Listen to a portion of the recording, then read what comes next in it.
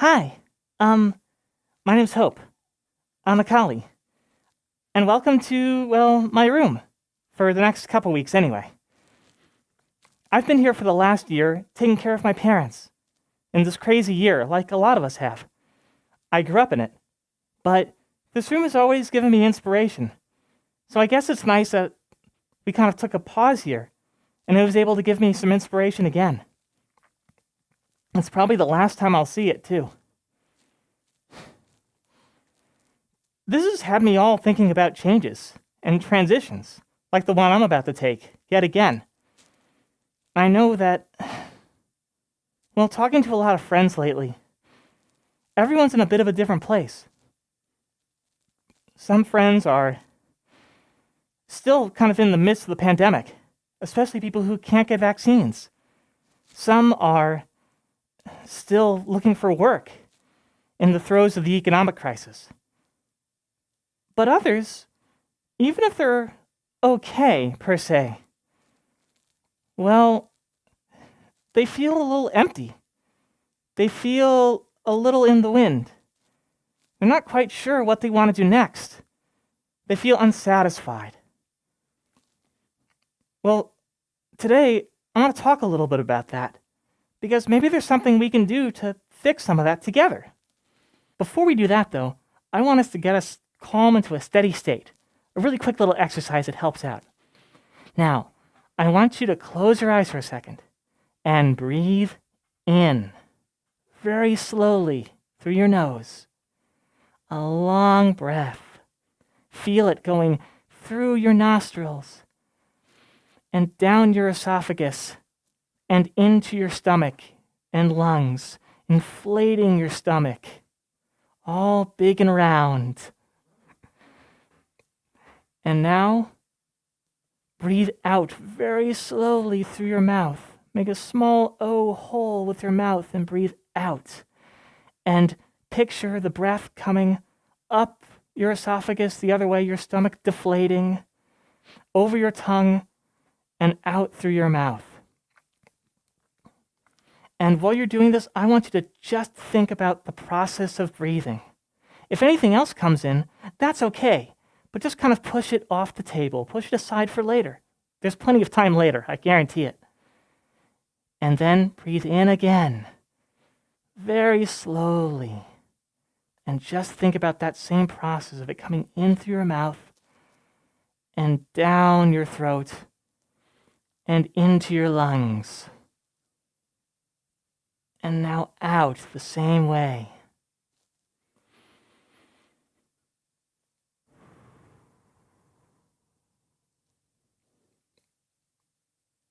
Okay, first of all, it's really, really important to first just take care of yourself.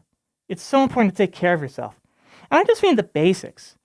If you're not feeling well, or if there's anything wrong, the first step is to look at the physiology of your body. And by that I mean just the physical parts. Are you getting enough water? Are you eating enough, like on a regular schedule? Are you showering? It affects how your body regulates heat. So getting clean is important sometimes. Well, a lot of the time. And most importantly, are you getting enough sleep? Also, are you too hot? Are you too cold? All these physical factors can have huge effects on our emotions and our mood and how productive we are. So there's no need to complicate things if the problem can just be solved just by taking care of yourself just a little bit. You deserve it. So you should absolutely try to take care of yourself whenever you can.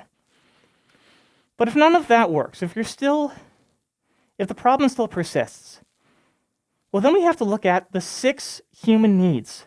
We have all of these needs all the time in some amounts, all of us humans. This is based on the Maslow's human needs pyramid, but it's updated just a little bit for modern times. The first need is for certainty. We want to know what's going to happen tomorrow. There's comfort in something that's predictable. We want to know we're going to have a roof over our heads. It makes us feel safe. It makes us feel warm. It makes us feel less afraid. So we like certainty, we like security, we like comfort. At the same time, and it's a bit of a paradox, but our second need is for uncertainty. That's weird, right? We want certainty, but we also want uncertainty.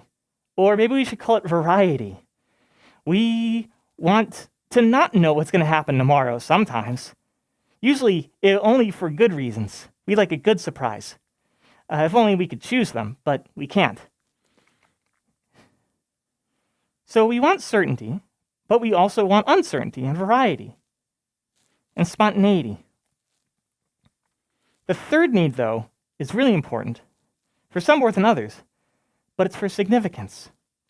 We want to do something. We want to be someone. We want to be special. We want to be unique. We want to be an individual. Someone who's irreplaceable by anyone else.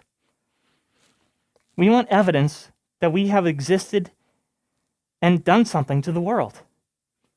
Some people want it through fame. Some people want it just through recognition. Some people just want to see what they've done. Some people want Twitter followers. Some people are clout chasers. You can debate whether that's healthy or not all day, but the fact is, it's very human. We all have a need for significance in some way. The fourth need is probably even more important, though, and that is the need for love and or, just connection. Some people want a life partner, someone to share their everything with. And some people just want a really, really close group of friends. Well, whatever your need is, we all have that need for love and connection. It's super important.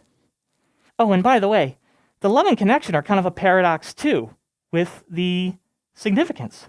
The significance is kind of saying, well, I'm an individual, and it's kind of isolating to say that I'm unique and not like anyone else. But the comfort we get from love and connection is that we're just like other people. We're the same. So even though these two sets are paradoxes, we have them all. And we have a need to satisfy them all to some extent. So these four needs, the certainty, the uncertainty, the significance, and the love and connection. Usually if there's pain in our life, it's because we haven't satisfied one of these needs, or multiple of these needs, or haven't satisfied it enough. Oftentimes on a scale of 1 to 10, we'll satisfy most of these needs, but maybe only to a 5. This past year, a lot of us have felt like we're just existing, or just surviving, or doing just enough to get by. We're okay by this point, usually, but maybe we're not great. That usually means that we're satisfying most of our needs as a baseline, but we're not satisfying them completely. But there's something I haven't told you yet. There are 2 other needs too. The 5th need is for growth, for taking in new information and experiences and all sorts of insights and growing your mind and growing your life experience. Some people say if you're not growing, you're dying. I know that's true for me. I'm always trying to learn new things. I love it. It gives me so much joy. But we also have the need, again, on the other side of that, to contribute. Contribution is the 6th need. And that is to take all that learning and knowledge and insight and experience and give it back to people. To give it back to the world. So together, all these are our needs. And they can help us pinpoint where we feel pain if we're not meeting a need enough. Usually, it's in those first 4, the certainty, the uncertainty, the significance, and the love and connection, where we feel like we're truly lacking. And a lot of us will spend our entire lives just chasing those 4. And they can be hard to satisfy completely, I know. Sometimes, if you think about it, let's try this really quickly. Think about what are your two foremost needs in your head? What are your two top priorities? Okay, so now that you have those, tell me, what are your two top needs by how you live your life day to day? If I was an alien looking in on your life, what two needs would I observe that you're living your life by day to day? Are they the same? I'll bet you they're not. For many people, they're not, especially if you're younger. In that space between the needs that are ideal in our head and the ones we live our life by, there's a big gap. And that gap is the space where that nagging feeling in your heart comes from. That's why you're not satisfied sometimes, because how you're living your life versus how you want to live your life aren't the same, and that causes us some pain.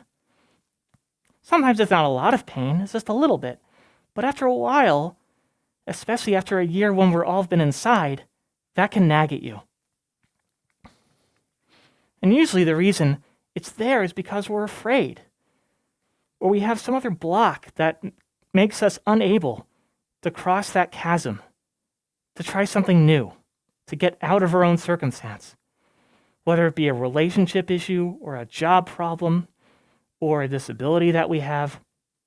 There's a ton of reasons, but they almost all boil down to belief. We know so little about belief as a species. We study all sorts of things, but we're only just tapping into the power of belief. We've had a lot of opportunities in the last year and a half to see what happens when people believe different things. Things would be completely different if the people who believe one thing believed something else, and vice versa. It's a really powerful concept. And as much as some of us want to say that we're scientific, we're still just human. And we have our beliefs that make us human and imperfect just like anyone else does. But usually when there's something that's dissatisfying, it's because of a belief. It's because you made a decision, usually a long time ago, and sometimes under a lot of stress, times when you weren't at your best. When we're younger, we are dumber. I know I was. And sometimes you were making a decision under a lot of pressure when you didn't have the ability to have a level head. You had to choose right now. And sometimes we regret that decision. But because of that, those decisions make impressions on us.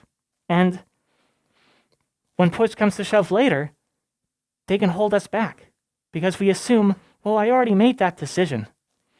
And if I make a similar one, it's going to go the same way because it did before. And it was really painful, and I don't want to feel more pain.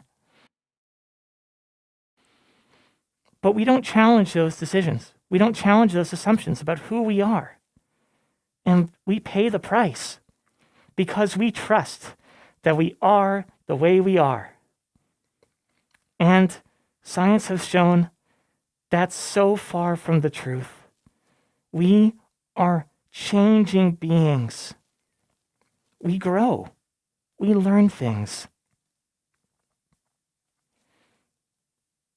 So go back in your mind and look at the decisions that have led you to where you are.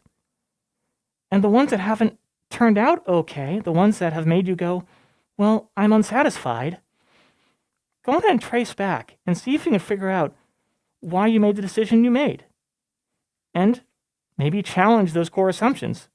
Because so many of the things we think define us, maybe they don't as much as we thought they did. Maybe if we were to go back and poke some holes in those beliefs and evaluate them all over again, we'd come to a new conclusion. And we have a lot more information. But you might say, I'm doing fine in most of those, but I still feel unsatisfied. I still feel like something's wrong. Oftentimes what that means is that we're not meeting those final two needs, those deeper needs, the need for growth and the need for contribution. I'll often tell people, the moment you think about what you can do for somebody else is the moment that you start to really find what you're meant to be doing. I'm not trying to be a hippie. I really mean it. There's something inside all of us that makes us want to give back, to do something that's larger than just our own little circle of self. And this has been a year when a lot of us have been focusing on a very small version of our world, just us and our loved ones, because we've been afraid, because we've really concentrated on certainty. But now on the other end of it, we're realizing all that certainty may not be, well, it might be a little overrated, as much as sometimes when we're younger, we're desperate for it. So focusing on contribution and growth is a really, really helpful way to really find a way to feel much more satisfied and fulfilled in your life. So you might be thinking, okay. So I know how I'm not satisfied. That doesn't help me actually feel satisfied. That doesn't really help me build back up. How do I get from A to B? What am I supposed to do? And a lot of people will say, well, I don't really know what I want. I don't know what I want. I'm still young. If I knew what I wanted, I wouldn't be here. I'd be able to guess, I'd at least be able to make a plan and search around and go get it. So there are a few ways to figure out, what do you want to do next? What do you want next? Sometimes there are charts or tests and quizzes, and sometimes they work. Like, what do you like? And what are you good at? And put those together and bam, new life direction. Congratulations. You've passed. Go home. But often those don't work. But one cool way that I like is, let's do the opposite. It's not, what do you like? Or what do you want to do next? It's, what do you hate? What do you really hate? What do you never, ever, ever want to do with yourself? What job do you never want to work? What career do you never want to touch? Well, write that down and write down in detail. What do you hate about it? Is it the people? What about the actual work? What about the pay? What about the environment? What are the aspects of it that make you just shiver when you think about it? And then take the opposite of that. And that can give us a good starting point on maybe a direction you want to point yourself instead. It's counterintuitive, but can actually work really, really well. Another fun thing we can do, well, it's a little scary, but I'm willing to try it if you are. Imagine yourself in 10 years. Realistically, imagine yourself in 10 years. What do you think you're doing in 10 years? Are you still with the same friends? Are you still in the fandom? Do you have a different persona? Legitimately, what do you look like in 10 years? And think about what kind of things are different in your head and where you'd like to be in 10 years. Sometimes that can give us a little shock and be like, well, actually in 10 years, I'd like things to be a little different. And that can at least give you a map of where you want to go. Another strategy that is really fun, actually, is what is called dreamlining. So if you take a piece of paper and just write down stuff that you want, a dream scenario. If money were no object, if time were no object, what do you want? It's okay if they're material. I know everyone says, oh, well, things don't matter. Well, sometimes they matter a little bit. They're nice. We derive joy from them. And we derive a great feeling from what we get to do with those objects. So it's okay to be material here. If it's a new car or a fursuit or living somewhere, whatever it is, just write it all down. Where are you living? Or what kind of environment are you living in? Is it somewhere tropical? Is it in the mountains? Is it in a nice condo in the city? When you wake up in the morning, what are you wearing? What do you look like? Are you toned? Are you skinny? Really, try to kind of have that dream of you in the future, the ideal you. What does a day look like for you? Where are you going to work? Or at least, what are the aspects you like of your dream job, if you had to work? This can give us kind of the other positive side of that, where just like, not where we think we're going to end up, but where we would, in a dream scenario, love to end up. And then what we can do is work backwards. And we can be like, well, actually, if we look at a lot of the things in here, a lot of them are probably more achievable than we think. We just have to price out, value-wise, what we would have to do to get to that point. And then we can question them and be like, well, do we really want that? Or do we want something that lets us do? Do we want an experience that thing lets us have? But it's important to document those things too. So between all of these methods, it should give us more of an idea of what we want to do next. Again, knowing that when we're learning new things and contributing back to the world, to other people, it's going to make us feel a lot more whole inside. So the final step of that, it's fine to have the plan. It's fine to have ideas. But how do you do them? And this is where things get a little tricky.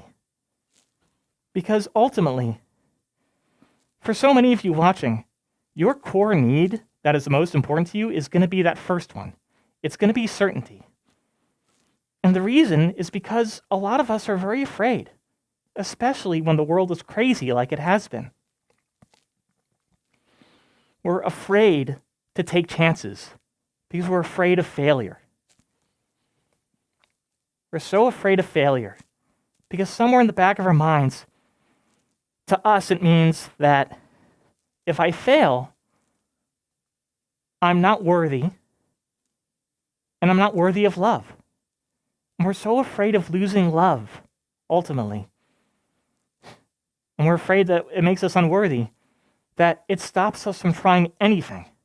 We're so afraid of failure. It reminds me of Elon Musk. And say whatever you want about Elon Musk, but he had 3 companies, and all of them were near bankruptcy when one of them had a breakthrough, and it completely reversed everything. He had failed so many times, he was almost done for. Apple Computer had a very similar story. They had had successes and failures, but by the late 90s, they were 90 days away from bankruptcy. And at that moment, their founder, Steve Jobs, came back and turned the company completely around. Oftentimes, we go through the darkness a lot to get to the light. But oftentimes, the difference between a failure and a success is someone who has fallen down 5 times but gotten up 6. That one little recovery is what makes all the difference in the world. It's reminded me of a lot of things in my life because, well, if you see this heart on my chest, it's important to me because it's the mark of, well, when I was born, something happened. And I was told by my parents that I shouldn't have to worry about it.